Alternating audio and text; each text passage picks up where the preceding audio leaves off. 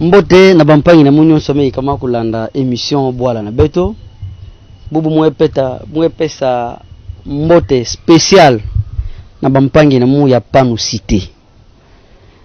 Beza sana nki bubu izole mwetidila be mbote spécial na panu cité. Mais vilave bana ya kalu. Sabubu ke gizole. Mbote na bampangi na munyo sabandundu.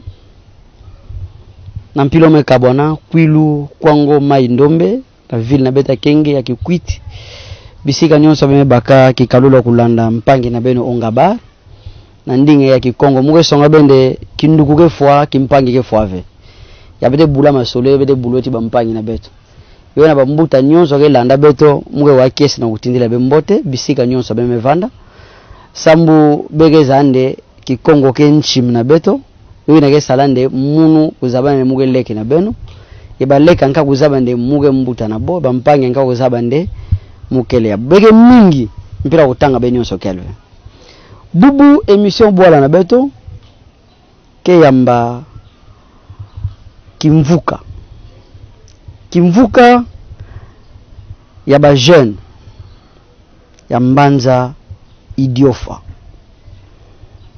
zina na boke kupesama na Lufaransa collectif des jeunes leaders d'idiofa umetubama mingi deja na ba téléphone na ba réseaux sociaux muzola bubu muyamba bo songa bet boke banani bo mekatuka mpidia wapi yeboke zola sala nki na kati ya kimvuka nabo bondi na metelama bana idiofa kitoko mingi yani ko mbote dange mbote fragile beno to se présenter na nima peta banda nange yake cordon qui kanji fragile mbote nange mbote mpangi journaliste kizo tendu la bet mtswalo collectif des jeunes leaders d'idiofa kinki diaka matondo mingi na pila yange me yamba betu na plateau na ngubu yai yoke le mbala ya ntete mais yoke mbala ya nsukave et surtout yoke plateau mingi yake na kutadisa mambo ya bwana betu.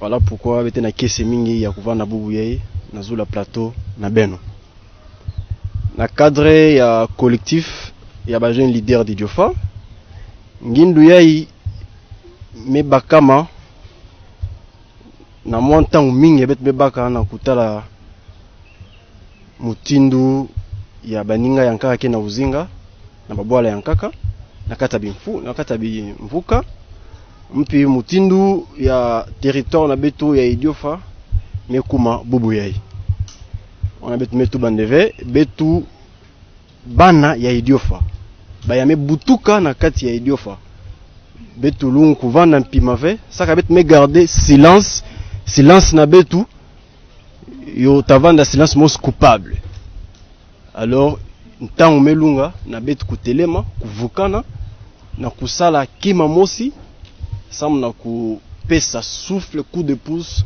ça na développement ya idiofa ya kile territoire na beto na kimvuka na beno keka idiofa mbala mingi mozo la kutuba yo keka cité ya idiofa bege tubila obebege zabande cité ya mangai cité ya dibaya lubwe cité ya panu muika cité ya kalu ke vana bina kata idiofa bana mebutuka ni idiofa na sana ngengi bon en tout cas bon de beto mebutuka na kata idiofa ke territoire et maintenant otuba idiofa qui représenter ensemble ya territoire ya Mvimba ba cité nyonso ya ke inclus na kati ya idiofa ça veut dire non tant ya peut-être tout basana idiofa bete exclure mangaive bete exclure kalove bete vukisa bo nyonso mais na kati ya territoire ya idiofa ba secteur nyonso na kati na yao donc voilà pourquoi même kimvuka na betu bete na ba médecin bete na ba juriste bete na ba informaticien bete na ba assistant mais chaque muntu non muntu ke na famille na yandi ke na parti politique na yandi ke na secteur na yandi ke na village na yandi mais bete na kima mosi ya ke vukisa betu na intérêt commun ikele idiofa territoire ya idiofa mutindi mosi na province na betu ya Kwilu na République démocratique du Congo ya ikele ba intérêt commun ya betu fait défendre un peu bete na ko défendre na kata collectif na betu ya ba jeune leader d'Idiofa. Est-ce que l'enda se présenter nge nani sans metanga azina nge? Merci. Bampangi uzaba et puis na Idiofa nge tanga wapi? Voilà, Mukele Mpangi Kikanji Gindunji Fragile, coordonnateur national et collectif des jeunes leaders d'Idiofa. Donc on a Idiofa Mutangaka na amitié, hein? Ouais. Ya même Manisa, banduku mingi ya même Manisa Tibo, ya botamona d'ailleurs botanga zina mosi. Et mon temps par exemple Etio. Merci. Pesa micro na yani kombe da futukila nge. Muzola yula nguvula ya zole mbala mosi. Matondo yani kompila nge metura déjà pape mouchoir. Moi mona baina kiti gel sana okudi bumbana mbote. Il faut que basa yo sana kusima micro. Maladi ya coronavirus beti kabisa over. Yani kombote nge. Mbote Mpangi Kristo. Ya yamma wakiese mweleki nge yoge nsoni vena mono kutuba yo. Mosi abaleki yangeme sadi sampi na kutuba bubu na mikro mpila bantu ke monamu kimvuka yeye yabe sala yo abani Idiofa keti mbasi keti mpila ya bitawa vene keke kuma makambo ya politique gome kuma sana intérêt ya muntu mosi et puis nki benta sala vraiment sana kubinga Bampangi ankaka na kurassurer bonde kimvuka yeye yoke tala politique ve. Je crois merci Mpangi, merci pina Bampangi osala na beto mo pesa boka membote place abokele. Bolanda muna na bukebi, bolanda mu bien. Sambo bo sala interprétation ve. Mutavanda ndave. Muge mbuta na kati baleki ya nyonsa kela. Bome sala kimayai, bome banza ne wiketi bambuta kelebet fe mona bo. Beto solo la ti bompi. Bome kwisa bome mona mu, beto me solo la. Comme conseiller, moi me na groupe, ça n'a pas talangi mtu kuna tisa kima ina mpila bien et surtout que sambu réussite kuvanda parce que na ma solo na bo. Ya bon me pesa beto, ya bon me songa munu personnellement parce qu'au départ, mon peut vaza bakima avait hein. Mais c'est après avoir les approcher, après avoir les écouter que mec qui comprendre les soucis ya bogena yo. Bogena souci ya bola na beto, bogena souci ya territoire na beta Idiofa et surtout en cette période ya bitumba ya beta noana ya COVID-19. Alors, apport na bobo monande, bon fait kuisatio pour que beto reçu. Dire ma politique oui, bantu mingi ke tubayo. Ndebet me mona kimvuka ene pla fukana fe vanda muntu moshi kenanchi. Sana kupesa. Il a parfois mutu ata bénéficier na anki na baction mutu na kesala na ba objectif purement politique. Mais ke kima pebet me solo la yotibo. Na mutinduke ya beto ke tamula na kimvuka yai. C'est-à-dire que bet mekwe sala politique ve. Souci na bet en tête quel territoire à Idiofa. Souci na beto quel en cette période ya combat ya bet quel tout le monde de quelle tendance ya ta vanda. Beto qu'on retrouver la main dans la main, beto reçu pour que beto nwanisa quand même qui m'a na boile na beto na Idiofa. Yo kota mingi ve bantu kufwa ve qui n'a piqué à port na beto d'une façon ou d'une autre. Mais je sais que muntu na kata kimvuka yalo vana ti parti politique nani. Bankampe ke ti banzonzami na bo. Pourquoi banke monaka ntwala politique bolo mona vende ina ke mu d'église de rêve munu ke catholique. Ina kuluvanda yake protestant ina pourquoi banke tula toujours politique à l'avant-plan mais bolo tula ve église. Bolo tula vende sans que mutaboa la terre. Donc je crois que il est temps que s'il faut faire quelque chose pour Idiofa pour que yo reçure, nous devons le faire ensemble. Et c'est ensemble qu'on est fort. C'est uni, on est fort. Donc je crois qu'il est temps que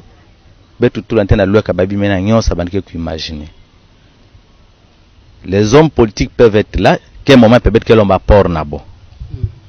C'est maintenant le moment. Quel que soit mon amour, mais c'est le moment qu'ils doivent se retrouver. Les jeunes sont venus avec un petit projet qui me beto long soutenir pour que yo évolue yo toile. Donc je crois que moi je ne vois pas la politique jusque là et je demanderai aux autres amis betme vakatu sola panati Armand Paleng betme solo la ti Pepe l'assistant ya Viendambu betme solo la. Donc je crois que betum piketi ba rôle à jouer betango ya va pembe na ba politicien. Nous avons un rôle à jouer. C'est-à-dire que pour ça na après nabo discuter avec eux, échanger avec eux pour voir comment est-ce que ensemble peut-être ça quelque chose ça Idiofa. Donc je voudrais pas trop entrer dans ma politique. Moi je vois Idiofa comme dénominateur commun avec Nyonso et qu'avec Nyonso fait soutenir action pour que yoko velo konatola. Et nous allons avec ceux qui sont actifs. Parce que je sais que Babi Manka au départ, les autres peuvent nous rejoindre après. Quand ils vont comprendre, il y a beau à comprendre Babima, ils vont nous rejoindre. Mais parfois au départ, même si on est 2, même si on est 3, on va ensemble. Voilà, il y a... Vous te l'avez dit, vous avez qu'à c'est Belisang. V. Ngeme tuba bima zole, mais comme bantu ke minga kutoa mutafikiro veme, mutalosenge bintuntu, muge songa bantu mingi nde nakimvuka, betfeza bakuzaba bambuta. Parce que makamongeme tuba mingi, bedaleke ke mwabonto intelligence, ke luzingu ke intelligence, mais luzingu ke sagesse. Alors ngeme monakima ngeme basi saina, en tout cas bantu mingi talanange, et bon tabinga ngete bota songa, samuka mutuba bantama bonto muge sajalelo. Sabu mwe kange kumisa muntu yake sa jalelo donc pila kutuba vende veya yampela ngime tuba ina appel ngene ba jeune yonso ke kima mosi ya ngolo et puis muntu bonso nge facile vena kukwisa ti awa donc mu fendi mande ba leki banduku yemesa ngolo na ko convaincre nge muta yo ngelo pesa micro na Kennedy Kalala Samuel Zola mutu bisa muntu nyonso Kennedy Kalala ngemelanda cordon ngemelanda yani kwa ke conseiller ya kimvuka na beno yai nki kibeni bubu ya befe sala sambu bampangi nyonso akena ntoto mbeba jeune kukwisa na kimvuka yai qu'est-ce que minga ukutana ti bampangi ti bandugu mais nanti antima mo na KSV muvana na Mputu muvana na Kinshasa muvana partout quand on a boit la mou ya ça ne va pas mutaji ave mutalala ave. C'est ce qui a fait qu'aujourd'hui, Betme Telema, que bon plaisir tu vas na boire de mon lolo et ma maman goutula bantunyon au salangi, kuwakayo. C'est pour cette raison, Bet en tant que jeune, il y a Idiofa. Mais tu vas non, il y a un ça ne va pas. Na katia boila, kana guerre kele, que Bet jeune que salangi, que Telemaka. Beto le vent en Mputu, kana boila na beto, guerre kele, ngetala lamponi mo cheve. Pour ce, makamamuke tu vas bubu ya, que tala makamu ya église tve, que tala makamu ya secteur V qui est la makamu ya parti V qui est la makamu ya bantu ankaka V qui est la makamu beto ya Idiofa qui est territoire na beto ya ça ne va pas na kati ya Idioka bet nyonso nous sommes censés ya s'impliquer sana guerre ya mekota na kati ya boala guerre na beto ke contre muntu V guerre na beto contre maladie ya binga coronavirus. Pour votre information ngeza ba très bien les maladies ke na ba pays ankaka va buya ndo kuma kuna sana bo parce que maladie moche ke fo bantu mingi. Et bubu ya betke sur ndena kati na beto Idiofa betke zo maladie ko kuma na kati Idiofa na ko fo bampagne na beto na Idiofa ka metala bien ba infrastructure sanitaire qu'elle na sens que maladie ko kuma na kati Idiofa pour ce mumu ke je na Idiofa Kennedy Kalala yai minkeza muna jina ya assistant melonga na exam muke na ICL ba na Kinshasa muke na Eastern Croix Rouge muke binga ba jeune nyonso ya Idiofa ya kuvana na France ya kuvana na Kikwit ya kuvana na BN Chongoni ya kuvana na Kinshasa ya kuvana partout ailleurs na kutuba nde makama mekwisa na Idiofa kebeto ba jeune fetelema samu na ku noni na makamo ya kebeto ba jeune ya mekwisa effectivement na kupesa ma coup de pouce na bet na sensibiliser ba jeune que ya un ça ne va pas chez nous na kati ya Idiofa pour ce mokebinga ba jeune nyonso ya kenanti mambote ya keza bande Idiofa ke territoire na ya keza bande Idiofa ke kima sana luju na bet nyonso me katuka na Idiofa bet nyonso me kwa na partout ailleurs na ku rejoindre bet ba jeune pour dire qu'effectivement maladie me kota na bola nkimpila bet le sala pour que maladie na kukwa na vena ntwala bampani yake Idiofa ke na 12 secteur baya ke na kati ya babola ke banga na ukuisa na Idiofa baya ke na kati ya Idiofa ke banga na ukwa na babola pour ce nous ne voulons pas que maladie na ukwa na ntwala nous voulons pas que bantu kufwa compte tenu ya épanouissement ya maladie mpilo kele na monde o me fo bantu mingi alors quand me kuma na Idiofa yoko pesa bet mpasi mingi pour cette raison beto en tant que ba jeune leader ya Idiofa ke binga ba jeune nyonso ya Idiofa na ku s'impliquer sa mona maladie ya na kati ya Idiofa. Merci mpisa na bambuta na beto parce que ba jeune bu beti ba jeune basi beta kuma bambuta kena bambuta na beto mewa mamu yai yo va na cadre ya église catholique yo va na cadre ya église protestant yo va na cadre ya politique yo va na cadre ya minganga mewa makamene non nous aussi en tant que bambuta ba notable beti ça la quelque chose sanangi ça la maladie yake quoi na nakata idiofa, ça la maladie yake na Kinshasa. Alors nous aussi des jeunes, peut-être bigala na ni mave, peut-être me kota mpi masolo ya na kutuba effectivement bet ba jeune, ke bet ba jeune ake noana. Kana guerre kele, ke bet ba jeune ake tellement na toile. Ngenge tangana école primaire tangana. Mo metanga na mission chaîne, me ba diplôme na mission chaîne, mo metanga école primaire na mission chaîne et après me quoi na Boulouem précisément pemeni ya BN Chungon. Matondo assistant Kennedy Kalala. Yeke sociologue hein? Oui, je suis un sociologue. Yani koke communicologue hein? Et puis ngeke ingénieur. Nitapesa micro na mpangi yake assistant université mpi Alphonse Moninga Tungale. Nima sala mzonkana na ngeni mingi Alphonse yake tala makambu ya maladi. Yana bete binga ba épidémiologie. Na bonkufi nyonso ngeli ndatendulu nte bantu yani comme tuba Kennedy metuba makambo ya covid maladi yani comme vila olosira bintuntu sana mobilisation na sana radio ya ngolo sana bampanyi ti Kennedy asala audio mosi na ndinga kidinga ndinga mosi ke tuba makuna bekono kubanda ya kitoko muge losira bezolo bintuntu tendule befeti maladi na hinki sabantu mingi français bamana bwala mbalami confusion ke mwanne matata ke mingi mumu mwana bwala teniente maladi ongenki ngia mesala nzonkanda ya ba maladi na bunkufi kibeni. Merci tata journaliste Sambu na parole ngame pesa mono mukele Alphonse Atungale Muninga muke personnel scientifique na Université pédagogique nationale en sigle IPN na faculté à sciences de la santé. Mais ça l'habitude na muka bon pilabeke tuba muke munganga muke expert na santé communautaire, épidémiologie et biostatistique et puis muke ingénieur na génie de l'environnement, hygiène et assainissement et écotoxicologie. Maladie ya boke binga Covid coronavirus 2019 que maladie mosi me banda na Chine na mois ya novembre déjà ya 2019 sambo kozo banda na 2020 bezo mona déjà bon sonné à Covid 2020 mais bon sonné à Covid 19 que sambo maladie me banda na 2019 alors que maladie mosi yake présent na ba milé na beto yoke kwisa na kati ya ba misi ba nyama yaboke binga les animaux et puis na kati ya bantu yaboke binga les humains yoki maladie mosi yoke tellement très contagieuse et puis yoke ku se propager ntwalo kanande bantu ke respecter ba mesures yoke binga ba mesures barrières ou des mesures de prévention ya kile kangime pesa mvuto na bunkufi mpila muzola yo mutazola mingesu kapana nge pesa dia micro na mpangi mosa ke médecin docteur Patrick Mawaka Patrick ngesonga beto nge mwana idiofa makambuye dutre mingi na bwala na bem bankaka oyo kele bankaka yo kele ve mbala mingi ke ba mpangi mpya metanga bankaki ya metanga ve mubulu yani ko metuba yo bantu mingi ke kotina kukuma na idiofa mwa boma kele ketina idiofa nge bonzo intellectuel maladie na kele. Merci beaucoup Sambu na parole. Je pense qu'avant banda utuba on va obliger à quitter sa masque. Ouais. Donc masque il y a sam na protection. Je pense qu'après beda expliquer pourquoi les ports y a masque.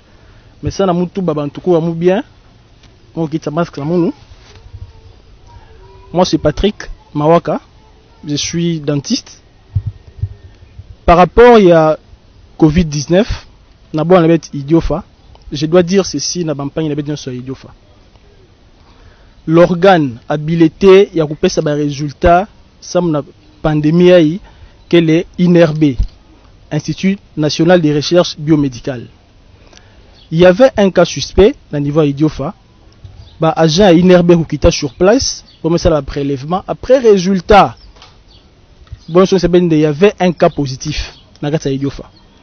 Mais concerné bon maladie parce que jusque là il ne présente pas de signes, ce qui ne va pas peut-être contredire INRB parce que même dans Covid-19 comme toute maladie qu'il y a des patients qui présentent des signes qui présentent des signes Il y a une deuxième équipe, il y a qui t'a Idiofa, il y a INRB, ça n'a pas là prélèvement afin de confirmer est-ce que le premier prélèvement au salaire couvanda effectivement Covid ou bien couvanda Covid-20.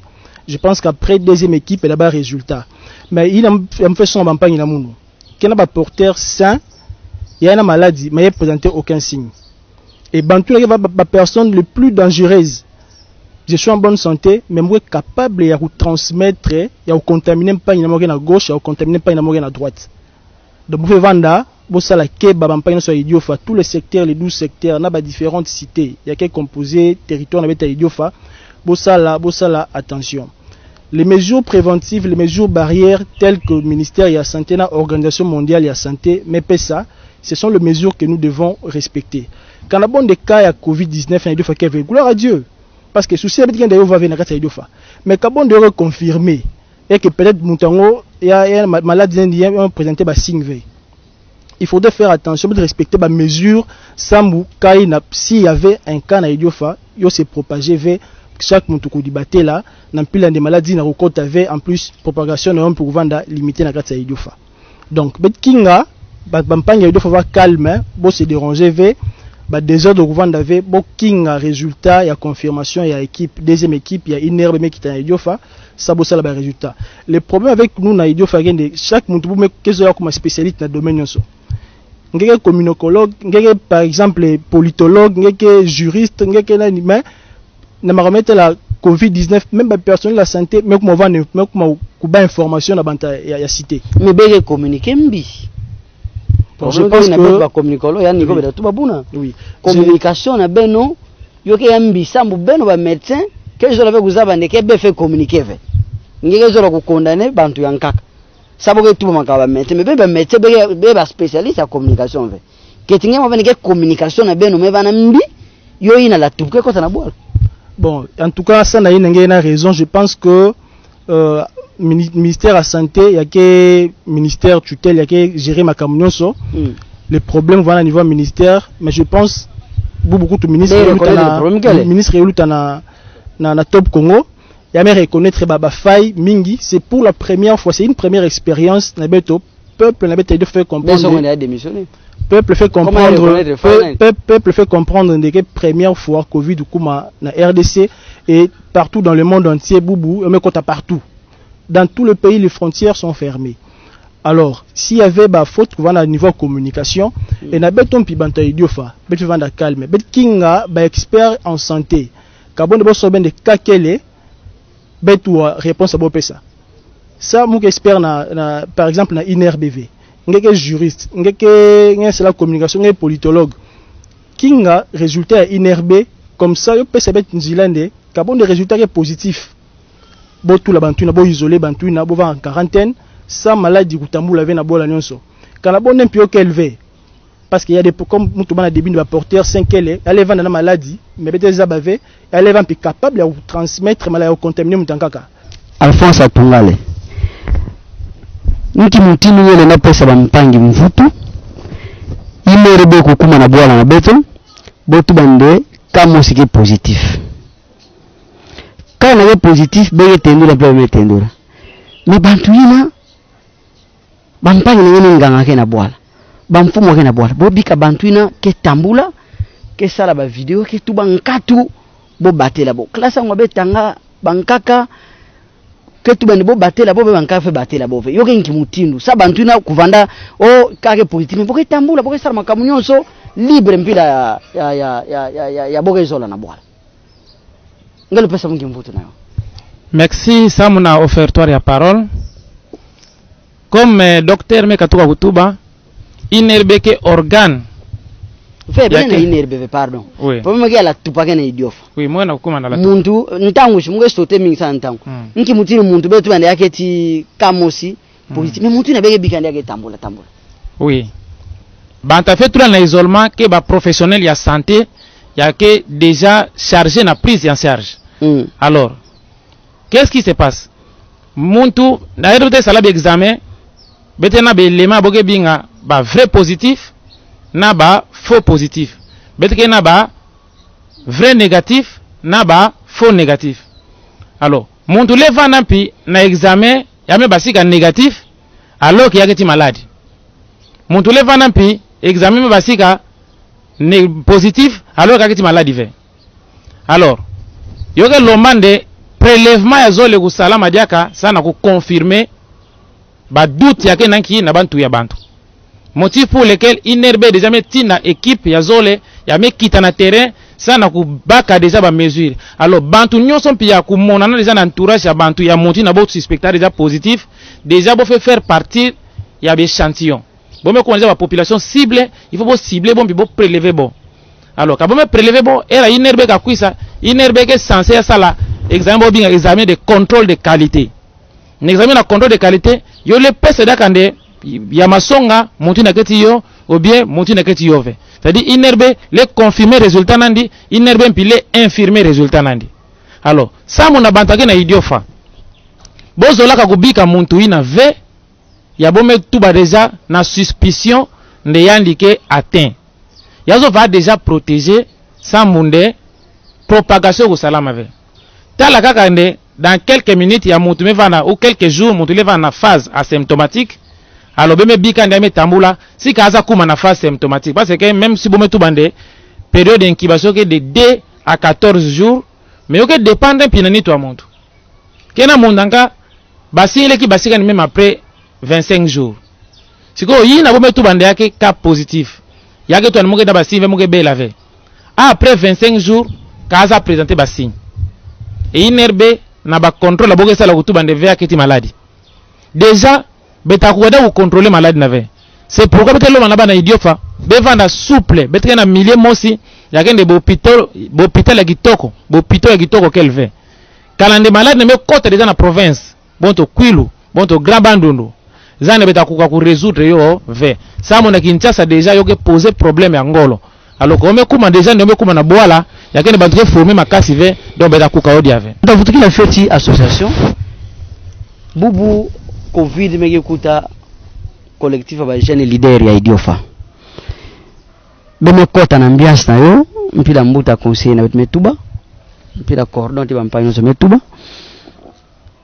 ngindu na bya kusala association ko bakasa na covid obe kena makamanka be fesa na nima na kana covid meluta donc objectif principal na bekingi merci mpangi mingi mbuta journaliste qui m'a kutuba mingi kelvek bampangi nyonso metuba déjà objectif na beto ko kaksa muna covid 20 après covid beta sala makambo mingi nantola mais premièrement tete qui m'a beto sala ntete beto sala descente na territoire na beto idiofa sana ko sensibiliser bampangi contre maladie ya coronavirus ya ke fois mingi ya ke pesa kia dikibeni sambuka bovana déjà sensibiliser botavanda ti risque mingi ve ya kuva contaminer na maladie ya sensibilisation bezo santé sensibilisation abete sala betke kita na sur terrain betke tubila bampangi ba règle nyonso ya OMS kupesa na ku respecter ba règle barrière kusukula maboko ntango mingi ku garder distance ya 1 mètre bitambula mpamba veka na kima ya kusala kelve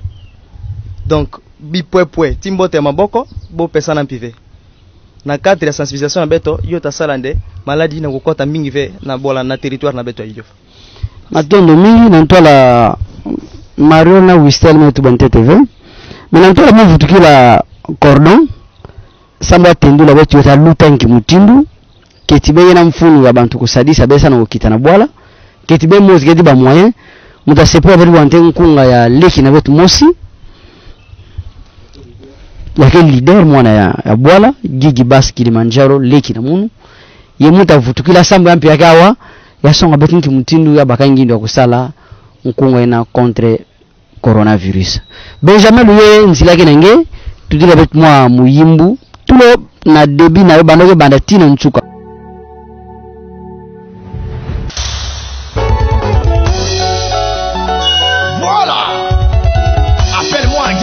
Kilimanjaro, 4 fils en béton yemba.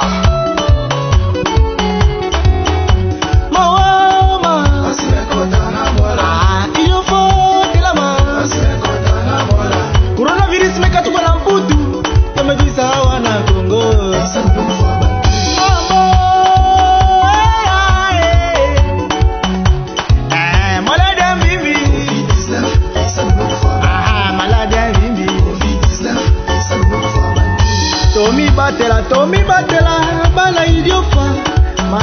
oyo bomisi bato bele na monde yokelomba kuvanda ntama na mpangi nange kupesa ya ndimbo tv kuyamba ya ndive kipefu ya coronavirus kefwa bandwe en cas d'infection vanda na nzolo ata masque dinga 101 109 na 110 ya ofele malade ya bibi covid-19 malade ya bibi covid-19 Viki Sanduku Marubori Boa Balera Okela Pepura Babara Okela Bomba Okela Danara Para Wungoma Wampana Danara Okela Bokela Mboro yo Yene Mone Banka Bakuna Balera Mama Makala Winosor Savante Wasameto Bamamwa Quiero, okela boachi, ome. Ampenga mendu mabe afambwero, okwela lega sinmio. Ontere lomo na ngwinda, mpoka mpa biati abara u. O ngulongo baro ume. Dana bole mbena, sugmio sava, bole mbena. Para ungo mo, bole mbena u. Piriso okela mbe, mborze skobang. Awabena okelo tina bwana okelo pencho yo endi me dada atako kamish o shola posin como mo tapit la kale salmbela bali abose bosanzo mambu yu mela belu mam coronavirus ke maladambi yo kikipe monoko ve ngevanda mubunda ngevanda mupende ngevanda muongo ngevanda mungoli ngevanda mudinga ngevanda mulori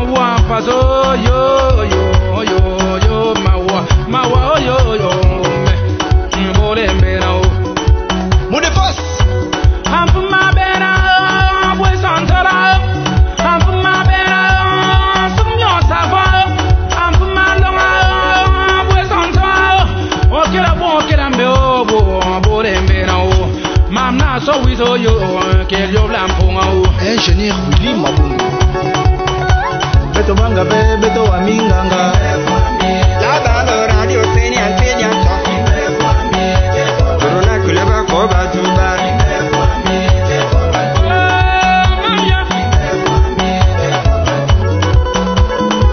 Kiba beto buye kimbefu Kiba wala ijofa Kiba beto tina maladi Kiba wala ijofa Kiba beto wa minganga Kimbefu ya itabaka betu feka na betu mezitisa ndomisila ya ministeri ya santi betu loma na nzambi mawana ni kitakati na beto amen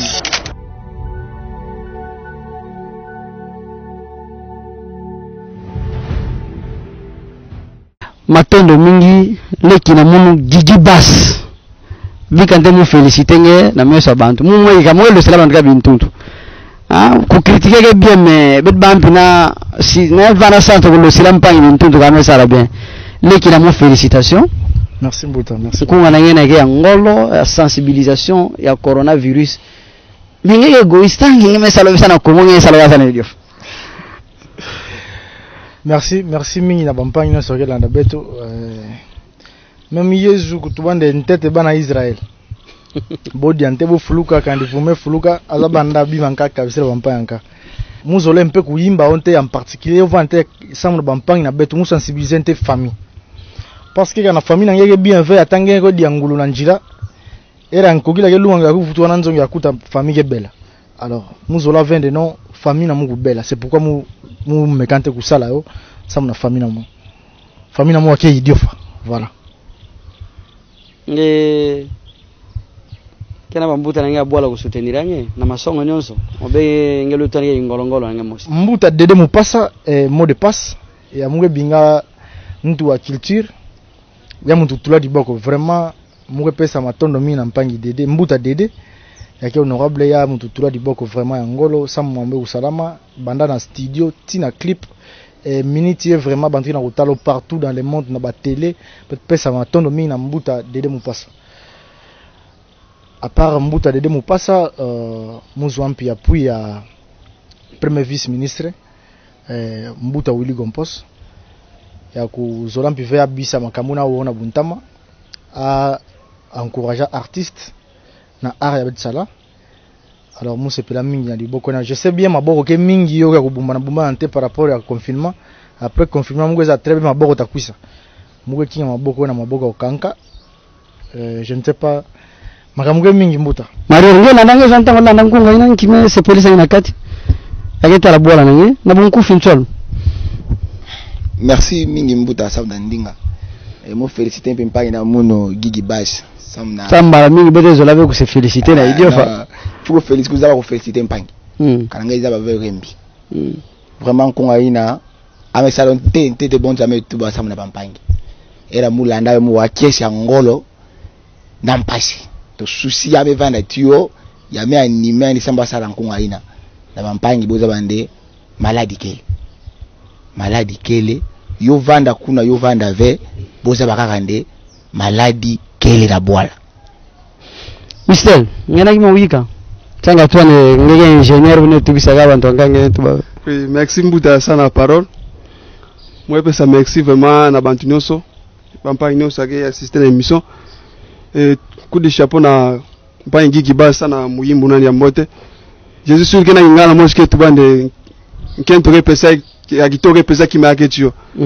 Donc mpangi na ben piake artiste mais contribuer puis na message nani je suis sûr que non à travers message nani muyimbu nani ba mama ke Mbuta na kachanzo bolo na information message ke pide ya maladie ya COVID-19 bota se protéger mbote donc à travers nguna na message vraiment coup de chapeau na yandi. Et ça n'a pas tout ce qui est lutter contre maladie vraiment sur les maladies monsieur que big ça motive qui peut venir qui est au bagarre non motive sur vraiment se protéger ça na ku continuer finir parce que je suis sûr que non beaucoup comme motive non place na quelle fois qui ça pas na je suis sûr que non bête quoi n'avait pas na place à l'oufoua que bête avant entendre na yo ma message que là moi je vais se protéger contre maladie vraiment ça na continuer ba finir d'habitude merci matombe mingi bête kuma nsuka ya émission Boala na Beto ye mutabika ndinga ya nchuka na ntwala kubaka nchuka ya émission na Mbuta na Beto Nico mweza avec ange vila ki mamosi obenga me wabaleki kena ki mamosi ange fe recadrer obenga na ntsanga kupesa de bampangi yake landa bet na banzo sambu na yake tala kimvuka ye collectif ba jeune ba leki na ngame kuisa verenge atange Mbuta ngedi ya jeune yembi yake tala maladi na mbanza Idiofa na ntwala cordon kumanisa émission. Merci Mpangi Krizo Mbuta wana pika toujours nkufi surtout que peut-être wa ba jeune peut-être wa ba leki na betu nyonso bo metuba ke bo bangindo aboye nayo peut-être ke bazande bangindu yai yo ngindo ambote ya mutu nyonso fait soutenir. C'est pourquoi munu comme conseiller, je lance cet appel solennel. Na bampangi nyonso ina. Yakeza neboge bana Idiofa qui peut faire quelque chose. Na ko soutenir équipe yai pour que yo ça la premier pas. Ina bozo connaître ça na sensibilisation parce que ce qui nous retient aujourd'hui d'abord c'est que COVID-19. Mpangi nyonso ya rolo ça un geste. Ya kwisa. Ngeva na politicien, nge vanda opérateur économique, nge vanda na administration publique, nge vanda n'importe quel niveau. Apport nange qui est vraiment important pour que l'équipe y aille au travail. Le travail se fait avec des moyens. Quand quel veut rien passer. Peut-être que tout l'avait marama banta politique. Mais toujours, moi voto à ça va mingi va mon abet voto langue couleur politique na bama kamwe. Et je le dis sincèrement que tia mukelawa moi mon avait qui m'a mosi à politique. Kana donc elle campagne à politicien lu pesa. Yo rembive ça bantu ko yamba yo. Tout le monde ta pesa yo na pila ya dia ngana ndikele. Ya pesa. Yo qui m'avait mais sincèrement que ça dit ça qui mvuka. Mais jour à moi waka ne boto ndio kimeke ya muntu kingani. Moi va en retard venant au vraiment merci mingi bet va yobi sara maboko bet va yobi maboko ba désinfectant bet va sali là donc bet respecter ba geste barrière il a vraiment conscient moi pesa mapanga bet ne kuma na nchuka cordon ndinga na nchuka ntingege lomba na bambuta ni nso mpila yani kome tuba ntingege lomba na bambuta ni nso munu kezola luzito mingi na bambuta exact boke twande leki yake zingati bambuta ke dia jamais nyama ikila nkinge tubana bambuta ke landange na banduku nange yake landange bayeti pana ke na kudutiliki manangeye na yake tala sensibilisation na idiofa kukwena ombeta banda nkikilumbu. En tout cas merci mingi ntete mo remercier Mbuta Nico yake le conseiller na betu principal parmi ba conseiller encore yake na kata structure. Et na bampangi nyonso yame ko intervenir nge mona capacité à mon tout ça signifie que l'équipe est solide mais bet mais nous en tête ve bet mais comment tête ve parce que bet n'a besoin il y a le vocan l'unisson c'est-à-dire que bet nyonso ba jeune bambuta nyonso bet vendre ensemble ça na kima aussi sans la sensibilisation il y a été lancé officiellement na kata idiofa. Le départ est prévu la semaine prochaine. Déjà équipe katuka awaye na Kinshasa sana kukita na idiofa yoke les actions en tête ya bet que lancé mais qui en soukave parce que surtout na betu yo que na couleur politique vert ya ni comme souligner yo bete travailler sans mon bien-être ya idiofa betu me akize bambuta mingi mais bete lumière ya ke kitanaka ta idiofa sana ku éclairer bampangi ya kene information Mbo TV na kuzaba nki ya population le nasala nki quel rôle ya ba député nki quel rôle ya société civile nki quel rôle ya gouvernement na kati ya gestion ya bwala. Donc voilà pourquoi bambuta metuba kanangerezo finga c'est mieux finga kento nganda saka ngene finga de wakana ve ngeta futuka nazo ngitava na kimia mais quand même finga kentozo ve mo steni yo ve mege kidi mbote saka quand même finga kentozo yangeta vutuka ngeta bana nesve ce qui veut dire que beto respecter bambuta ba député na beto ya kezola mfumu ya bwala na yandi boke finga mfumu ya bwala ve saka nge finga mfumu ya bwala nge finga zambi na nge de même que population ya betu ya kati ya idiofa betu landa na makambo COVID-19 ba information ya ke katuka na inerbe bampangi yake na ba réseaux sociaux ba Facebook betu ko utiliser ba méga ina sana kupesa ba information ya mbote betu vokana na kati ya structure na beto ensemble pour que betu ko arrêter propagation ya COVID-19 yake en cours et ba action atakuisa ke ya mingi déjà à l'horizon betu na comment faut-il pour réhabiliter ou construire stade municipal ya idiofa Matin de mingi ingénieur tout mingi bo juriste bo comme même remercier honorable DDV yake déjà donc soutenir betu ça na comme yo point dans toi là oui et betu na binga pi ba mbuta nkaka na ko emboîter les pas pour que betu ko avancer très rapidement et surtout le monde yani ko kutuba déjà merci matondo mingi na bampangi yo samelanda émission bwala na betu ya kilumba bubu kiese mevana samuna munu na uyamba bana babakala kitoko ya ngolo ya bandundu mingi ya idiofa stabili bula masolo na yake tala maladi tiki mvuka na bo collectif des jeunes leaders d'idiofa collectif des jeunes leaders d'idiofa mula na manisa émission 24 kupesa ba représentant idiofa mbote muke banda na nkento joli yama mbote nenge mama kisiga ngeme landa baleki nenge ti mbuta nenge yaniko mbote na mbuta na bo Thierry Muzaza mbote na honorable Richard Ndambu mbote ya malunga na mbuta na beto Boris Mbuku, mbote ya malunga lala na mbuta muto Ben Nina Kunjala Njoko, mbote tuka Afrique du Sud na mbuta na beto Sacré L'Enfant, sénateur ya batmezwa na mbanda idiofa. Mwe vila mtuve? Ya zuri lola mu. Mbote ya ngemba ya ntima na nchadi ya mambote ya zuri. Ye mwe vila ve, mbuta na beto Dede Mupasa, mwe bingali solution, yake losa jamais baleki, yake losa mpi jamais boala nandi. Matondo mingi, mbuta na Pierre Kasonga, mbuta na beto Odon Sole, antuka bambuta na beto mingi mpi na politique ve, kasi yake Zola boala na bo idiofa. Matondo, mpira wene kuisa, beta la l'émission diaka na kia, na ntango ya 14h, yempi na ba radio nyonso ya mbanza idiofa, ina kendinga ya mbuta na beto Niko Mafuta amezola kupesa.